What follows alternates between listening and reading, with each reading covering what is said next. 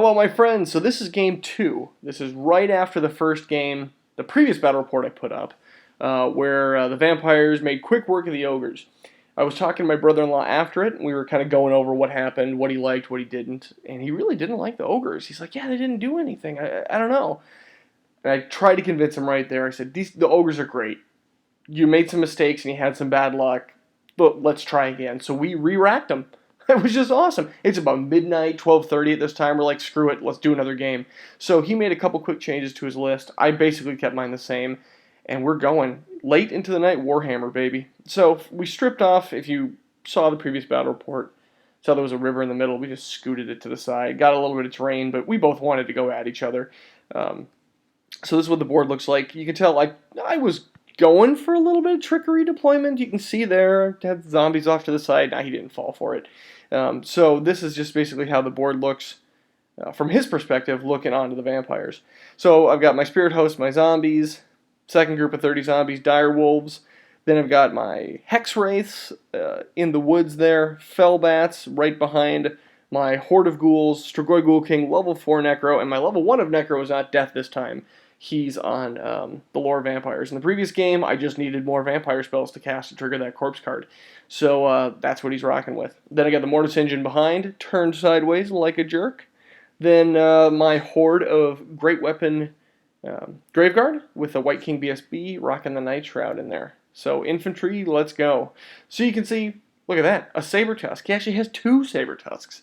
This is great. He dropped like 1 Iron Gut and got him, so this is really going to help, he thinks.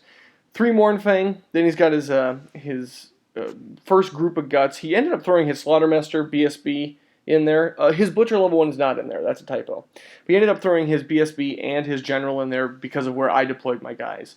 When I deployed on this side, when I deployed on my corresponding side across from him, I kind of thought that building was going to block him more. I thought, oh, great, where the 12-inch line is, he's not going to be able to deploy all his guys, and that building will block it. No, he was fine. I mean, you could tell there. So he's got the Stonehorn right there in the leadership bubble. Then he's going into Lead Belchers, second group of Iron Guts. That green troll in those Iron Guts, that is his level 1, the Butcher Tax.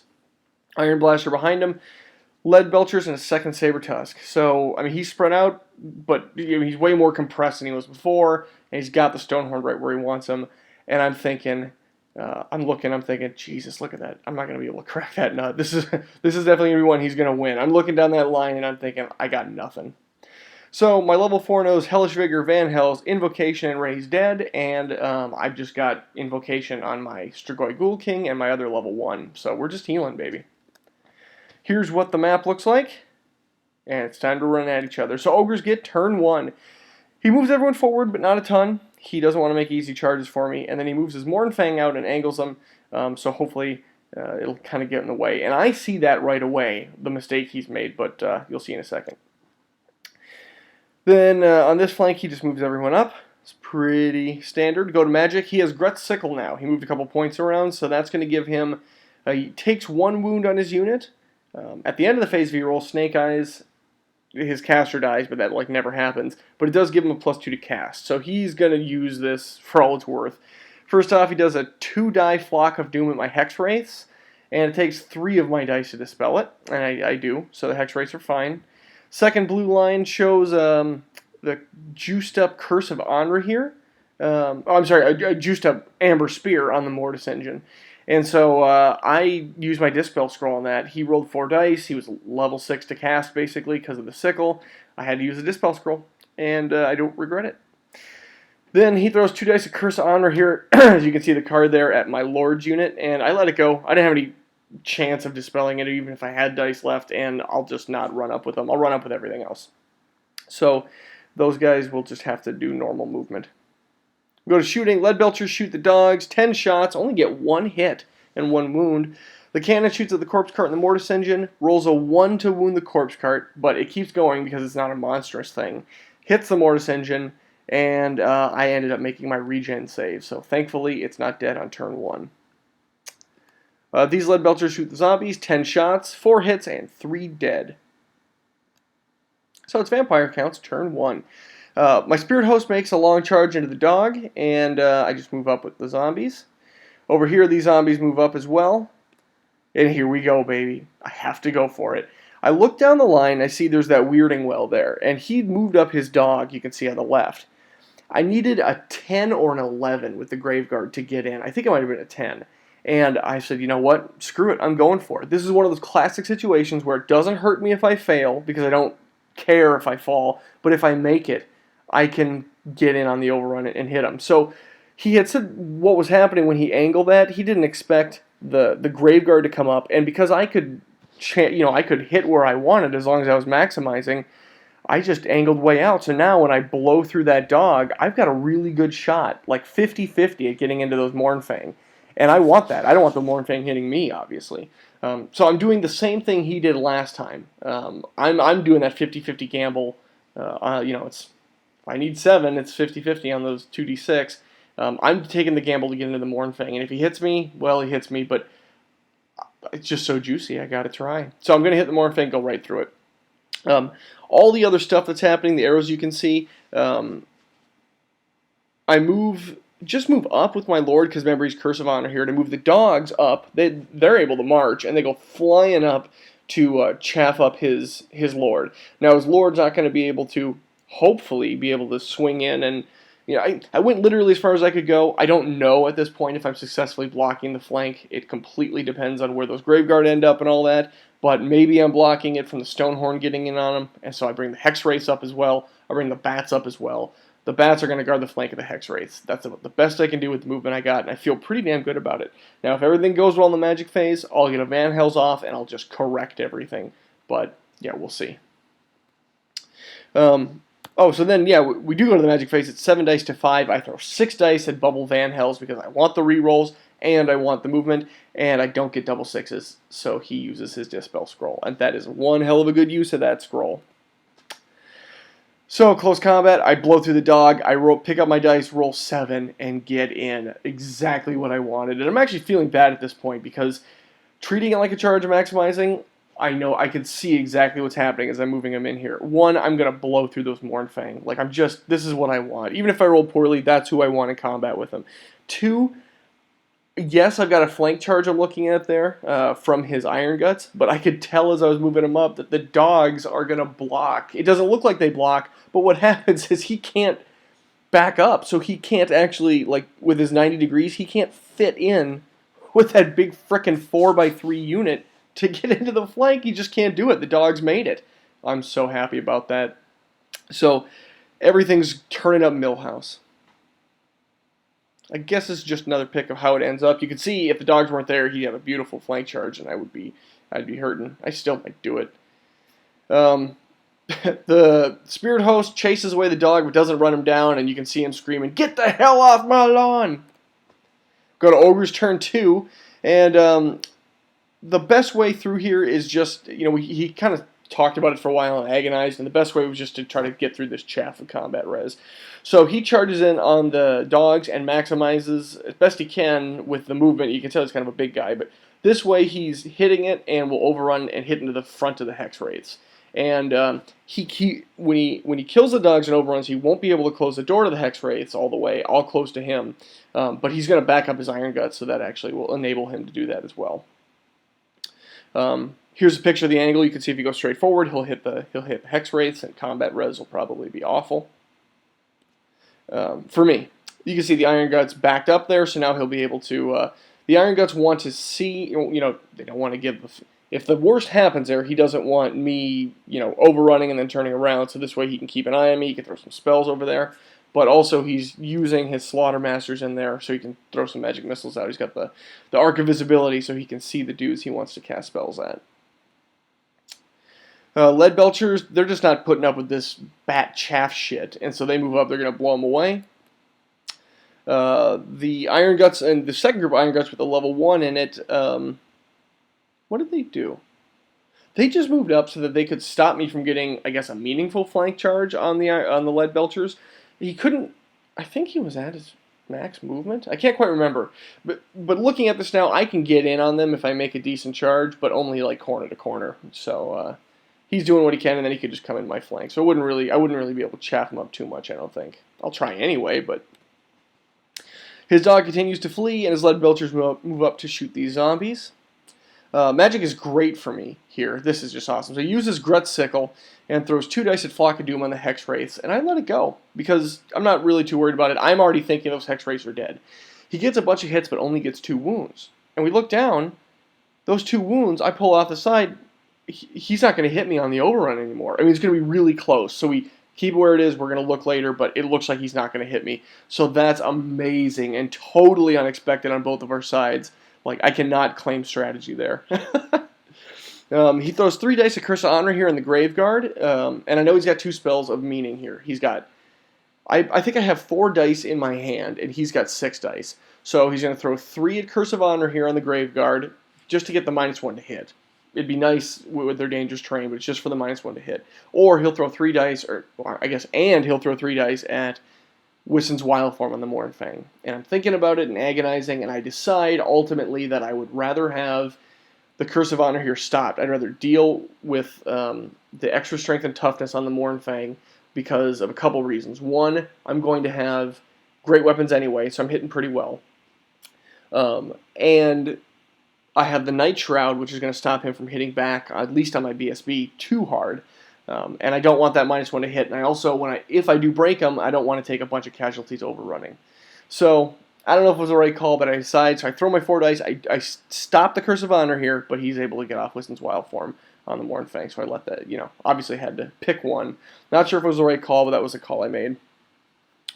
During shooting, the Lead Belchers get 14 shots, only hit with 4, and only do 2 wounds. It's amazing! The bat's gonna live! Frickin' love it when I die and it's not in combat, so I don't have to crumble. It's fantastic. So, I'm gonna fly that bat and get more use out of them.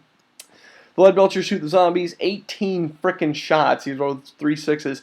Only 6 hits, and of course those 6 hits are 6 wounds. So 6 zombies die. The cannon takes aim at the Mortis Engine and rolls a 1 to wound. This is just like the turn of luck for me. It's awesome. I am very, very happy. In close combat, the Stonehorn gets 6 impact hits and overruns, and just like we said before, it overruns like a small amount, but it didn't matter. His rail, the path that he's on, is not going to hit those Hex Wraiths. It hits the movement tray, but it's not going to hit the Hex Wraiths. So he's kicking himself for casting that spell. Now I'm going to get to go in on him. So even with the Wissen's Wild Form buffed fight here on the Mournfang, I take 7 wounds, but I do 6. And with the BSB in there and everything, he has a 5 re-rollable and breaks. And I decide, I'm like, I'd like those points, but it's on his turn. So if I just reform, if I restrain, which I did, and I reform, I can charge his Iron Guts. And I don't have a lot to support it, but I would rather use these guys to eat up the Iron Guts, even if I get killed going in. But I'd rather take that unit down, throw some attacks if I can at his BSB, throw some attacks if I can at his General. Either one of those, if I could take him out, will be worth this White King and the Graveguard. And, that'll just, especially the BSB, that Mournfang, or the Stonehorn's going to bolt, all that stuff. And if I get lucky, the Mournfang will run off the board. If I'm unlucky, he'll turn around and slam into me. So, but I've been lucky so far. We'll see what happens. So it is my turn. The Graveguard go into his Gut Star. The Hex Wraiths go into the Stonehorn. It's like less than an inch.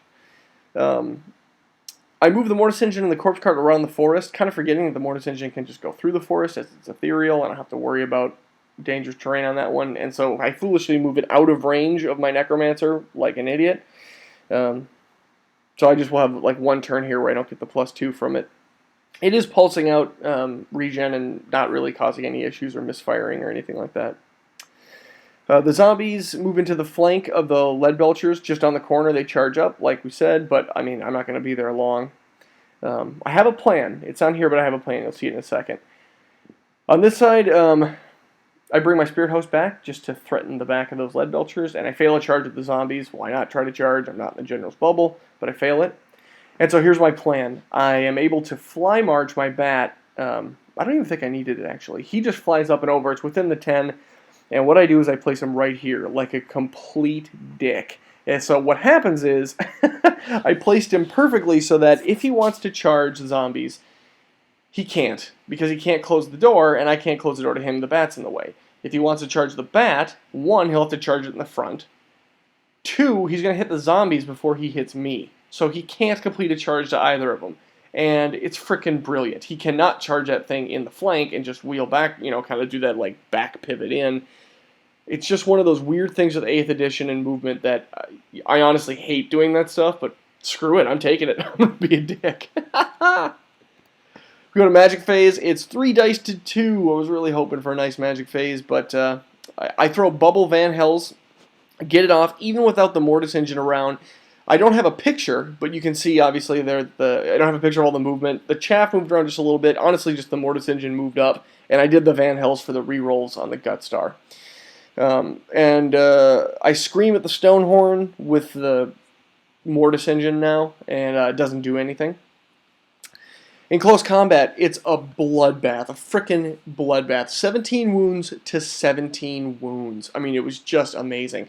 However, he wasn't able to kill my BSB being on the corner. I was able to kill his BSB, though.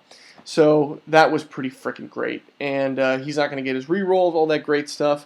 I end up winning by a charge in a BSB, and he's just basically on 6, not rerollable. And he breaks. And I run him down. That's fantastic for me.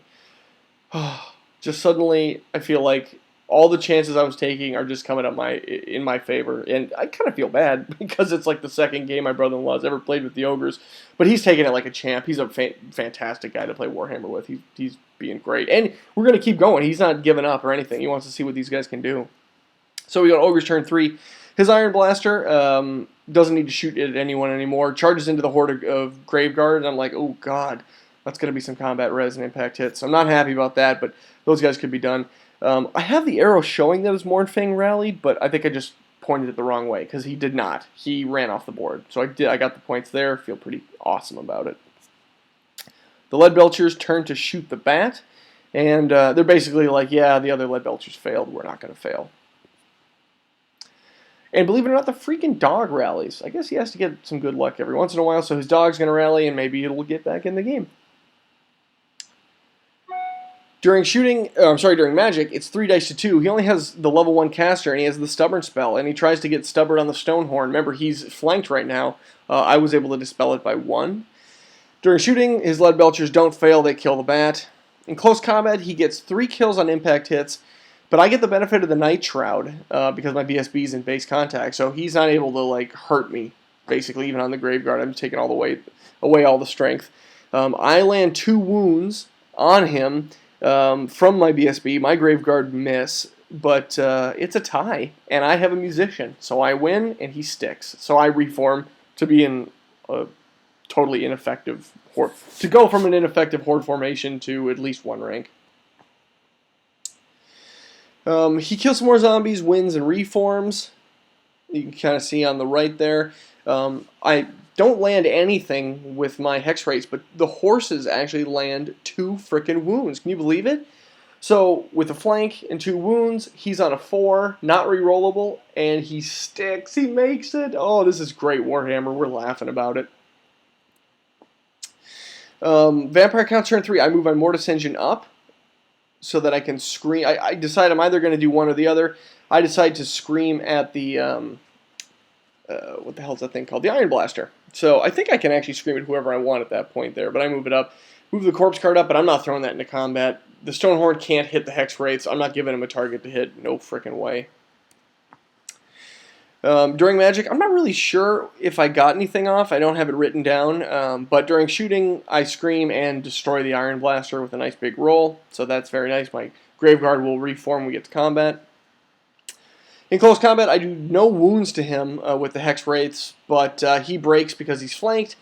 I fail to catch him, which is odd because I have Swift Stride. He doesn't, and he bounces. He makes it through, doesn't get any dangerous terrain. I bounce off the back of my dude, and so hopefully that Stonehorn will just keep going. I do not want him turning around and messing with me. The zombies take a thrashing and a crumbling here, but they're doing their job. And same thing over here. These zombies had charged into Leadbelchers, and I had forgotten to charge with the Spirit Host, but I didn't. I felt like with all the way my luck was going, I didn't need to say, "Oh, I would have charged," even though my opponent offered. He was a good guy. Ogre's turn 4. He flank charges into the zombies. Now that the bat's not there to protect him, we all know how that's going to go. The Stonehorn rallies on a 7. And I didn't appreciate how freaking intimidating that thing looked until it was looking at the flank of my guys and a whole bunch of overruns and just going where he wants. So that's going to be scary. I got to get the hell out of the way. He doesn't get the stubborn spell off in Magic, and I think he tried on the his caster's own unit right there. So that's basically it for Magic. Kills the zombies, and he gets like a 2-inch overrun. So he did want to get in, but he basically just moved forward 2 inches, and then he reformed his lead belchers. So over here, on his last turn, he actually, like, I hit him in the rear with my zombies. He thrashed a bunch of them, but turned around so that I wouldn't, be in his rear, and he would just finish him off. He only killed 9, or killed so many, and I crumbled by up to 9, but I've still got 2 zombies left. That's just awesome. I love how zombies just seem to be holding. I'm falling back in love with zombies again since I've started playing my VC. Vampire counts turn 4. The ghouls and the lord go into the lead belchers, and my graveguard go into the flank. We're going to make quick work, and then we're going to overrun. It'll be great. The mortis engine and the corpse cart just kind of move over, and I flip the mortis engine around so it can scream at the Stonehorn. But it's not the Terror Guy Scream, it's just a 2d6 plus 2, so yeah, it's not really likely to do much. We'll see. During the magic phase, I don't remember the specific numbers, but I do get off a bubble Hellish Vigor, which puts always strike first on the ghouls, and re-rolling wounds as well, so that's awesome. Graveguard are going to be re-rolling, so I feel good about that. I take that back. Graveguard are not re-rolling.